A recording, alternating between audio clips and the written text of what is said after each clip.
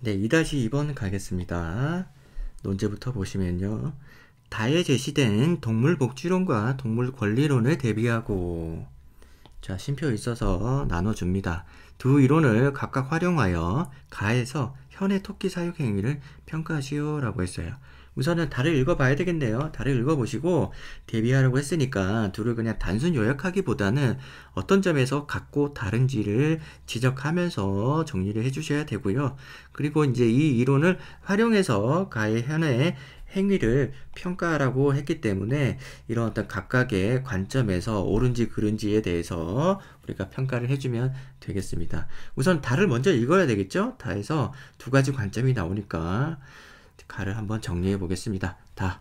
자, 그래서 동물의 행동을 연구하는 사람들은 동물에게도 지능이나 문화가 존재한다는 것을 밝히면서 인간과 동물 사이의 근본적인 차이를 부정한다라고 했습니다. 자, 우선은 동물 복지론이나 권리론의 얘기가 아직은 안 나오고 있어요.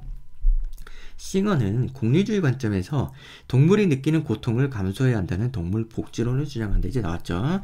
자, 그래서 그는 동물도 인간처럼 쾌고 감수성을 지닌 존재이므로 그러므로 도덕적 지위를 갖는다라고 봅니다. 자, 어떤 행동을 할 때 그 행동이 얼마만큼 행복이나 고통을 산출했는가를 중요하게 여기는 공리주의에 근거하여 싱어는 어떤 존재가 감각을 지니고 있다면 이게 이제 이거죠. 그 다음에 그 존재가 느끼는 쾌락이건 고통이건 그들의 이익을 동등하게 고려해야 된다. 이게 이제 이거죠. 자, 이렇게 설명하고 있습니다.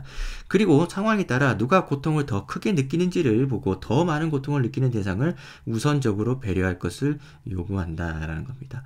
자, 그 다음에 여기까지는 이제 공리주의 입장에서 동물 복지론 설명을 하는데 여기서 이제 감각을 지니고 있느냐, 감정이 있느냐라는 부분, 그 다음에 도덕적 지위를 갖고 있느냐 하는 부분들이 자세하게 설명이 나오고 있습니다. 자, 그리고 동물을 도덕적으로 고려해야 한다는 싱어의 주장이 인간과 동물을 동등하게 처우해야 한다는 뜻은 아니다. 새로운 내용이 나오고 있죠. 여기서 인간과 동물의 관계가 새롭게 제시가 되고 있지 않습니까? 그죠? 똑같이 동등하진 않다라는 겁니다.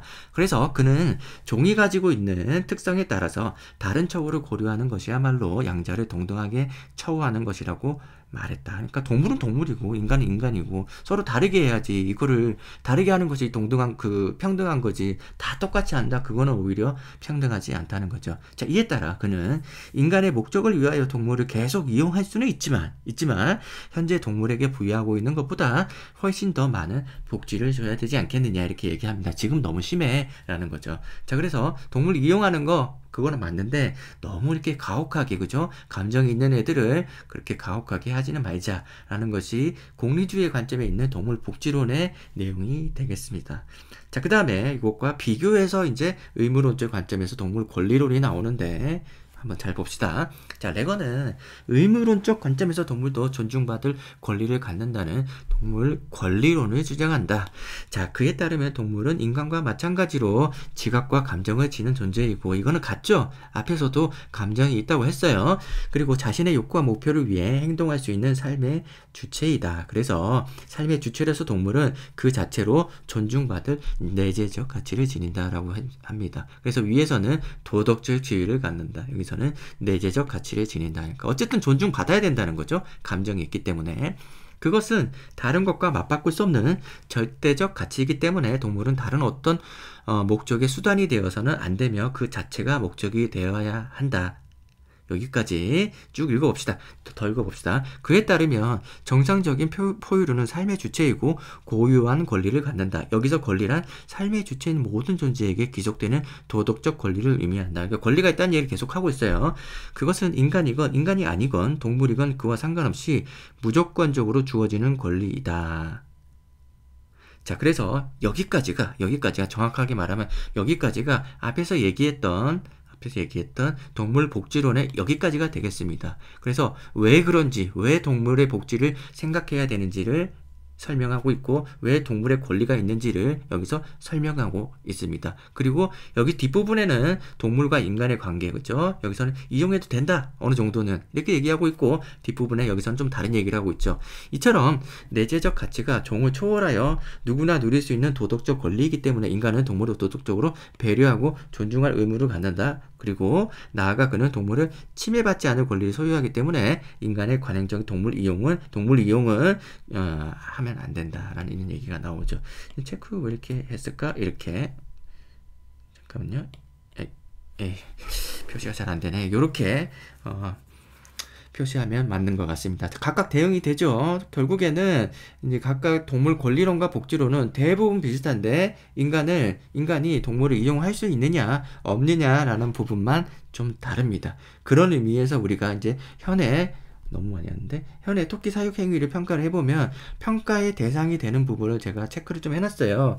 그래서 잘 보시면은 우선 동물 복지론이냐 동물 권리론이냐라는 측면에서 여러분들이 체크한 내용과 찾은 내용과 비교해 봤을 때 내가 뭘 놓쳤지 하는 부분을 잘 살펴보시면 좋겠습니다. 자, 우선은 여기까지는 별 내용이 없죠. 우리가 이제 토끼 사육행위를 하면서 돈이 된다는 얘기를 하면서 이런저런 얘기를 하는데 이것이 어떤 복지나 어떤 의무론적 측면에서 얘기는 우리가 평가의 대상은 여기서는 이제 직접적으로 나와지지 않는데 다만 우리가 동물을 이용할 수 있느냐 없느냐는 측면에서 동물을 이용하고 있는 측면은 확실한 거죠. 그래서 이 부분을 복지론과 권리론이 다르게 평가하지 않습니까? 우선 권리론적 측면에서는 이거 잘못됐다라고 얘기해 볼 수 있는 내용입니다. 그러니까 토끼를 사육한다는 그 결심 자체가 잘못됐다고 얘기할 수 있다는 거죠. 그리고 괜찮다라고 얘기할 수 있는 논쟁이 될 수 있는 부분이 이 부분이 되겠습니다. 그 다음에 여기서 수분이 있는 사료만으로는 병이 나는 법이라 건조 사료도 주문했다. 이 부분은 동물 복지의 병에 대해서 우리가 고려를 하고 있으니까 동물 복지에 관련해 가지고 긍정적으로 볼 수 있는 부분이라는 것이 체크가 돼야 되고 그 다음에 지금 여기서 보세요. 좀 생략하면서 읽겠습니다. 그리고 여기서 이런 작고 귀여운 이런 토끼한테다가 5, 6명의 인생, 그러니까 자기 가족이죠, 그죠? 실제 사람들, 현의 가족들이죠, 그죠? 이 동물과 사람과 비교했을 때, 이 사람들의 생계를 계획할 때 얘네들이 이용한다는 거죠. 토끼를 이용하기 때문에 죄스럽고 수치스럽기도 하였다라고 얘기하는 것은 권리론적 측면에서 생각하고 있는 거예요, 그죠? 복지론적 측면에서는 당연한 거라서 이런 어떤 양심적 가치를 느끼지 않을 텐데, 이런 부분들은 권리론적 측면에서 긍정적으로 해석할 수 있다라고 볼 수 있겠죠. 그 다음에, 나중에 토끼장도 한 50마리치를 늘리려 제목까지 사드리는 때다. 이게 지금 말이 무슨 말인지 잘 이해가 잘 안 되긴 하는데 토끼가 계속 번식을 해서 늘어나니까 요렇게 제목 목재까지 재료 이런 것들을 사가지고 뭔가 증축을 하려는 그런 시도죠, 그죠? 증축. 그러니까 이건 뭐예요? 증축해준다는 것은 동물의 복지 측면으로서 우리가 해석을 해줄 수 있는데 이거는 솔직히 말해서 저는 이게 뭐 크게 복지적인 측면을 고려해서 했냐라는 부분에서 조금 의문이 들긴 하는데 실제 답안에서 이 부분을 쓰고는 있어요. 근데 저는 반대합니다. 왜냐면 이게 공간이 모자라니까 이걸 증축을 한 그것을 토끼를 생각해서 해준 것인지 불분명하거든요. 아직은 적절하게 우리가 확실하게 평가하기는 좀 그렇지 않나 생각이 들어서 저는 이제 그냥 선택사항이다라고 생각을 합니다. 이게 복지 측면에서 긍정적으로 해석할 수 있을 만큼의 내용인가 해서 조금 의문이 들어요. 하지만 나중에 답안에서는 이것이 복지 측면으로 나오기 때문에 체크를 한번 해봤고요. 언급을 한 거고 그 다음에 여기서 이제 쭉 넘어가면 별 내용이 없습니다. 쭉 넘어가지고 이제 도살법 이제 드디어 도저히 이제 유지 관리가 안 되니까 죽이려고 하죠. 그래서 어떻게 죽이는지 우리가 이제 알 수 있는 이런 책을 사옵니다. 책을 사와서 죽이려고 하는데 도저히 죽이지를 못하는 거예요. 왜 그러냐면 여기 보면은 우선 아내가 그죠? 헐몸이 아니라는 거예요. 그래서 이미 임신 중인 상태고 임신 중인 상태에서 이 토끼 생명을 죽인다는 게 굉장히 껄끄럽죠. 보통 강심장이 아니면 그죠? 무례한이 아니면 그죠? 그래서 그런 사람들 아니면은 이 토끼 생명을 죽인다는 게 굉장히 가책이 느껴지기 때문에 생각만으로도 죄를 받을 것만 같았다. 이런 생각을 하게 됩니다. 이런 부분들은 우리 동물 권리론적인 측면에서 우리가 긍정적으로 해석해서 볼 수 있는 겁니다. 자, 그럼 한번 정리를 해보면은 기본적으로 토끼 이 생명을 기른다는 것 자체가 동물 권리론적인 측면에서 용납될 수 없는 내용이지만은 동물 복지론적 측면에서는 허용이 돼요. 허용이 되고, 그 다음에 얘네들이 이제 현의 가족이 토끼를 사육을 하면서 그냥 대충 그냥 길바닥에다가 그죠, 대충 키운 것도 아니고 잘 집도 만들어주고 그죠, 사육장도 잘 만들어주고 거기다 정성스럽게 먹이 같은 것도 잘 신경 써가지고 줬다 이거죠. 그런 부분들은 복지적인 측면에서 잘하고 있다, 이제 긍정적으로 해석이 가능합니다. 그런데 결국에는 얘네들이 유지할 수 없으니까 죽이려고 했다는 점, 그 점이 동물 권리론적인 측면에서 그죠, 부정적으로 해석할 수 있는데 그나마 이 사람들은 하지 못했다는 점에서 그 부분은 우리가 이제 참작할 수 있다라고 얘기해 볼 수 있겠네요. 그래서 이런 한두 가지 점 우리가 해석해 주면은 이미 동물복지론과 권리론을 쓴다고 첫 번째 문단에서 분량을 한 300자를 다 쓰고 없어요. 공간이 얼마 없습니다. 여기에다가 한두 가지 내용을 가지고 복지론적 측면에서 해석해주고 권리론적 측면에서 해석해주면은 내용이 이미 꽉 찹니다. 그래서 많은 내용을 쓸 거는 아니었고 내용이 복잡하지도 않아요. 그래서 2-2번 이 정도 내용만 여러분들이 체크를 해주면 답안이 작성이 되는데 실제 2-2번 어떻게 쓰고 있는지 한번 확인해 보겠습니다. 자, 첫 번째 문단에서 다의 동물 복지론과 동물 권리론은 동물이 고통을 느끼는 존재이고 고통이 남아줘야 되고요.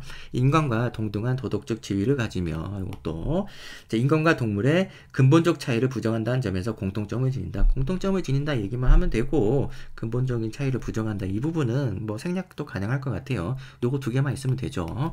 자, 그리고 그러나 동물의 도덕적 지위의 근거가 전자가 쾌고 감수성에서 찾는 데 반해 후자는 삶의 주체로서의 동물의 내재적 가치에서 찾는다는 점. 그래요. 요 점인데, 그냥 이제 말만 다르지, 쓰는 용어만 다르지, 이게 큰 의미가 있는지는 잘 모르겠어요. 정확하게는 모르겠지만은, 이건 중요하지 않다고 보고, 정작 중요한 거는 뒷부분에 나오죠. 이용 가능성에 대해서, 인정하느냐, 인정하지 않느냐, 이 부분에 대해서 각각 써주면은, 크게 차이가 나지 않을 것 같아요. 이 부분까지 우리가 차이점으로 언급해주기는, 그죠? 엄밀한 의미에서, 이게 결국에는 비슷한 내용이라고 볼 수도 있기 때문에, 그래서 이용 가능성만 써주고 그 다음에 고통과 도덕적 지위, 그러니까 고통은 곧 감정이죠. 감정이 있고 그러므로 해가지고 도덕적 지위도 있다, 그죠? 내재적 가치도 있다, 권리도 있다, 이 정도 얘기만 해주고 그게 공통점인데 반면에 이용 가능성이 서로 다르다라는 점만 써도 충분하지 않을까라는 생각이 듭니다. 그래서 첫 번째 문단 이렇게 정리가 되고요. 그 다음에 두 번째 문단에서는 가는 생계를 위해 토끼 사육은 시작했지만 먹이 문제로 사육을 포기하고 토끼를 도살하고자 하지만 단념하는, 뭐 이렇게 말이 길어요. 현의 행동이 서술되고 있다고 해서 가의 내용을 정리를 해주고 있는데 이 내용이 결국 해석이 대상이 되는 행위들이죠. 토끼 사육하고 그 다음에 포기하고 그 다음에 도살하려고 하는데 단념하는, 이런 내용들이 각각 해석이 대상이 되는 행위들이라서 우선 써놨습니다. 그리고 현의 이런 행동은 동물 복지론의 입장에서 긍정적으로 평가할 수 있다라는 거예요. 그래요. 다 긍정적이라고 보나? 자, 토끼에게 안락한 환경 및 먹이를 충분히 제공했다는 점, 개체수 증가하자 토끼장을 넓히고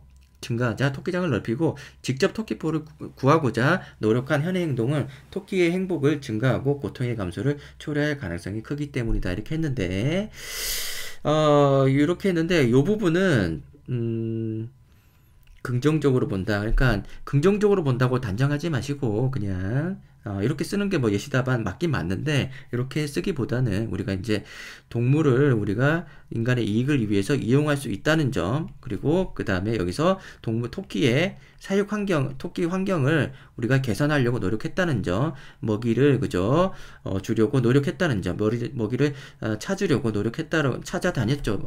요 내용은 제시문 읽으면서 명확하게 제가 지적하지는 않았지만 온 가족이 나서서 토끼풀, 아카시아 풀 같은 거 그죠, 구하러 다녔잖아요. 그래서 그 부분들 언급을 해주면은 이것은 이제 동물 복지론적 입장에서 허용 가능하고, 그리고 긍정적으로 해석 가능하고, 그죠, 허용, 그죠, 수용, 납득 가능하다, 이 정도 내용으로 쓰면 될 것 같아요. 뭐 굳이 긍정적으로까지는 좀 모르겠습니다. 결국에는 죽이려고까지 했는데, 그죠?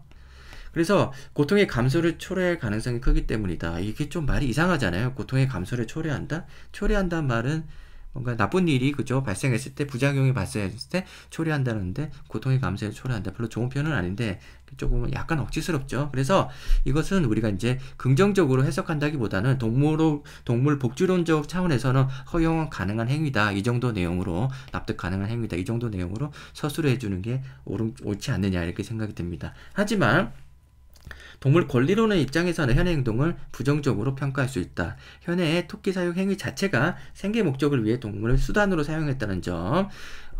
그리고 좋죠. 다만 아내 뱃속에 태아를 떠올려 토끼 도사를 단념한 것은 생명의 내재적 가치를 중시한 행위라는 점에서 긍정적으로 평가할 수 있다. 그죠? 이 말 맞죠? 그리고 기본적으로 얘네들은 사육을 하면서 그죠? 생계를 위해서 사육하는 데 대한 양심의 가책을 느끼고 있죠. 양심의 가책을 느끼고 있기 때문에 아까 언급했지 않습니까? 그래서 전반부에 이미 나오죠. 그래서 우리 가족을 위해서 얘네들 이용하는 게 좀 죄스럽다는 거죠. 그런 내용도 여기다가 포함시켜준다 그러면은 네, 더 좋을 것 같습니다. 그래서 우선은 답을 다 풀고 나니까 어려운 내용이 아니죠. 다만 일관적으로 1-1번부터 2-2번까지 풀어봤는데 굉장히 제시문이 길다는 거. 그죠? 정작 거기서 쓸 내용들은 별거 없는데 굉장히 제시문이 길어서 빠르게 정리하면서 읽어가지고 거기서 답을 빨리 찾는 게 유리하다는 점을 알 수 있습니다. 왜냐하면 답안도 그렇게 긴 내용도 아니고 그리고 또 이 내용이 복잡 다단하거나 내용적으로 굉장히 어렵고 깊고 그런 내용을 쓰는 게 아니기 때문에 빨리 답을 찾아서 답을 이제 체크만 하고 언급만 해주면은 답안 쓰는 것도 역시 마찬가지로 변별력이 별로 없다라는 것을 알 수 있습니다. 그래서 숙명여대 2-2번까지 이렇게 정리를 했고요. 2-2번은 그냥 입문하는 단계에서 기초적인 단계에서 답을 쓰는 거 굉장히 모범적인 사례라서 추천 문제라고 볼 수 있겠습니다. 특히나 소설 그죠? 각각의 행위들을 각각 체크를 해서 발견해내고 거기서 해석해내는 것이 아주 그 기본적인 문학 제시문의 논술 문제라고 볼 수 있겠습니다. 자, 그래요. 여기까지 하고 마치겠습니다. 네.